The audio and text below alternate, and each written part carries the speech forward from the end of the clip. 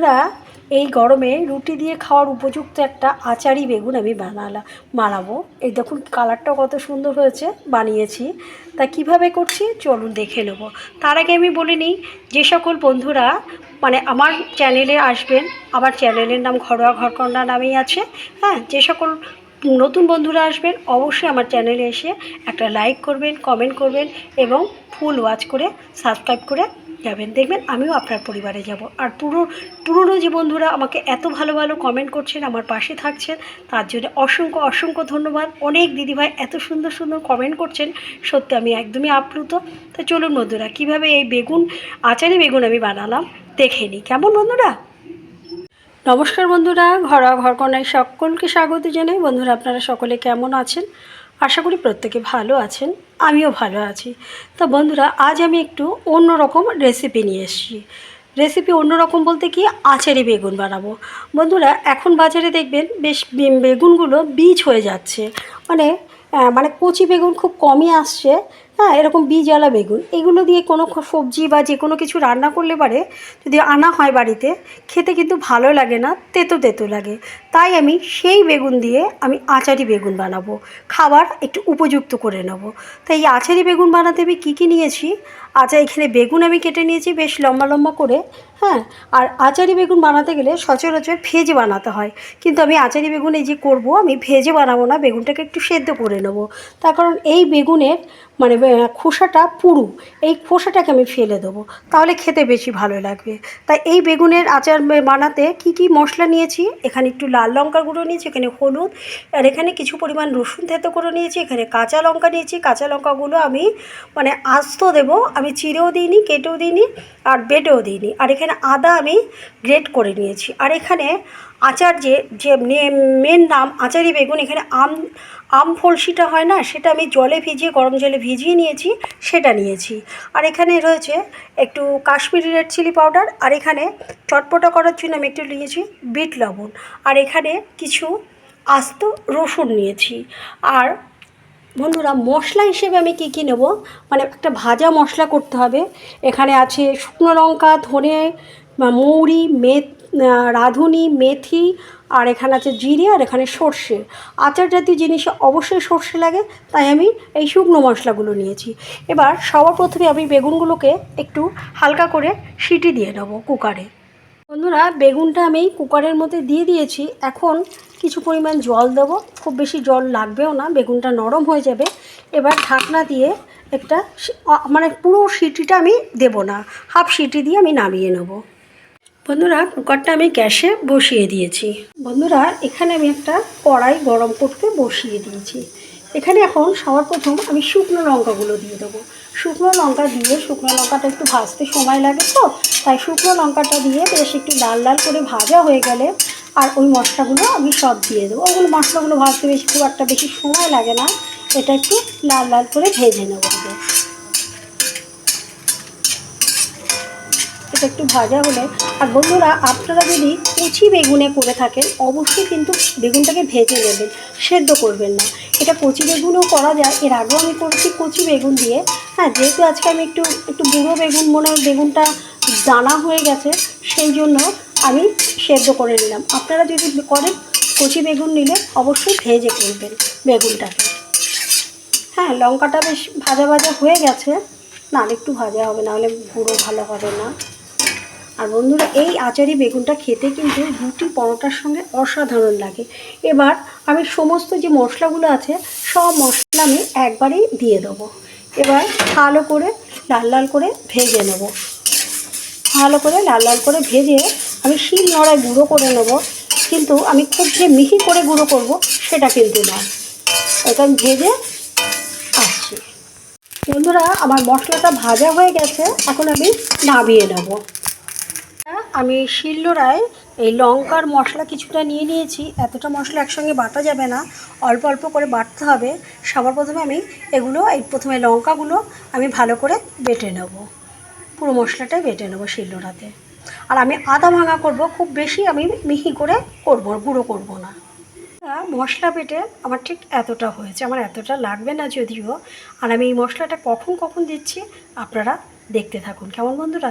আর কেউ এই ভিডিওটা স্কিপ করে দেখবেন না, তাহলে কিন্তু বুঝতে পারবেন আমি কীভাবে আচারি বেগুনটা বানাচ্ছি। বন্ধুরা, কুকার থেকে নামিয়ে আমি জল ঝরাতে দিয়েছি। এখন এই যে একটা চিমটা নিয়েছি, চিমটার সাহায্যে আমি খোসাগুলো সব ছাড়িয়ে নেব। দেখুন এই যে চিমটা দিয়ে আমি করছি, হ্যাঁ এই যে চিমটা দিয়ে করছি, খোসাগুলো কিন্তু উঠে আসছে। খোসাগুলো আমি ছাড়িয়ে নেবো এরকমভাবে। গরম তো, গরম অবস্থায় করা যাবে না। বন্ধুরা, এই যে আমি সব ছাড়াতে পারিনি, খুব গরম, যতটা পেরেছি ছাড়িয়েছি। খোসা থাকলেও খুব একটা সমস্যা হবে না। এবার আমি এই তেল দিয়ে দিয়েছি কড়াইয়ে। কড়াইয়ের মধ্যে এখন পাঁচফোড়নটা দিয়ে দিলাম। পাঁচফোড়নটা একটুখানি বেশ গন্ধ বেরিয়ে গেলে, হ্যাঁ, তারপরে আমি এই আদা আর রসুন থেতো করে রেখেছি যে, আর কাঁচা লঙ্কা, এটা দিয়ে দেবো। পাঁচফোড়নটা একটু গন্ধ বেরিয়ে গেলে,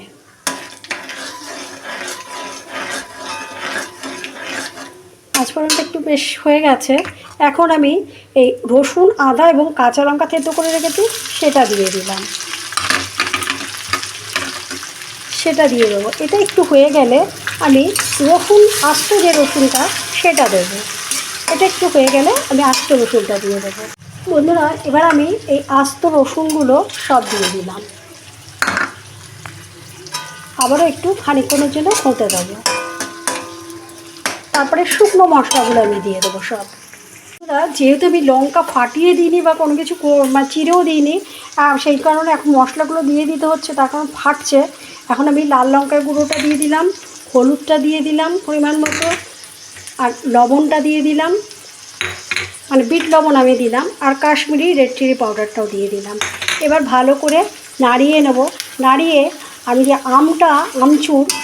আমচুর বলতে ওই কুচি আম হয় না, সেটা হচ্ছে গেল বছরে করে রাখা, আমাকে একজন দিয়েছে, সেই হিসেবে আমি ভাবলাম এটাই করে দেখি, এটা করলে খেতে অসাধারণ লাগবে। এবার এটা আমি দিয়ে দেবো, এটা দিয়ে দেবো, দিয়ে আবার ভালো করে নাড়িয়ে নেব। আর রসুনটা আমি আস্তে দিয়েছি, কিছু কেটে দিয়ে মানে থেতো করে দিয়েছি। তার কারণ কি, আস্ত রসুনটাও মুখে পড়লে বেশ একটা আচার আচার গন্ধ লাগবে, খেতে ভালো লাগবে। আর এই রেসিপিটা অবশ্যই রুটি পরোটার সঙ্গে বেশি ভালো লাগে খেতে। এবার আমি যে বেগুনটা আমি ভাপিয়ে নিয়েছি, বেগুনের মধ্যে তো অবশ্যই জল আছেই, হ্যাঁ, এখন এমনি সেদ্ধ করা জলটা আমি কিছুটা ফেলেও দেবো।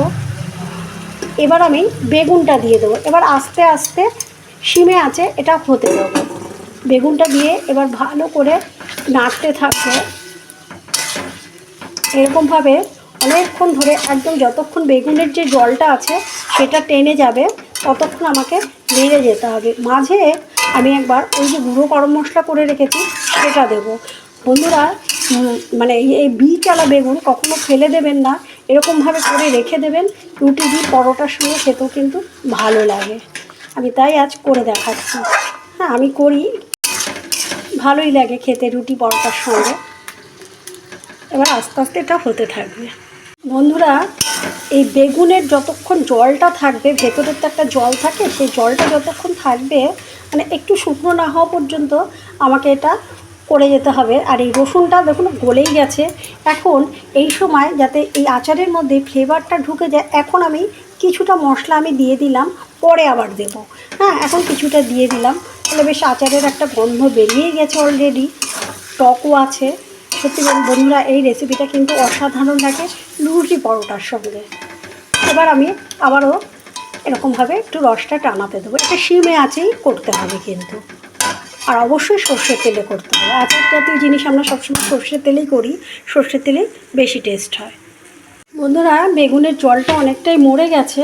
এখন আমি ওপর থেকে এই মশলাটা আমি ভালো করে ছিটিয়ে দেবো। ছিটিয়ে দিয়ে তারপর আমি কিছুক্ষণের জন্য ঢেকে রেখে দেবো।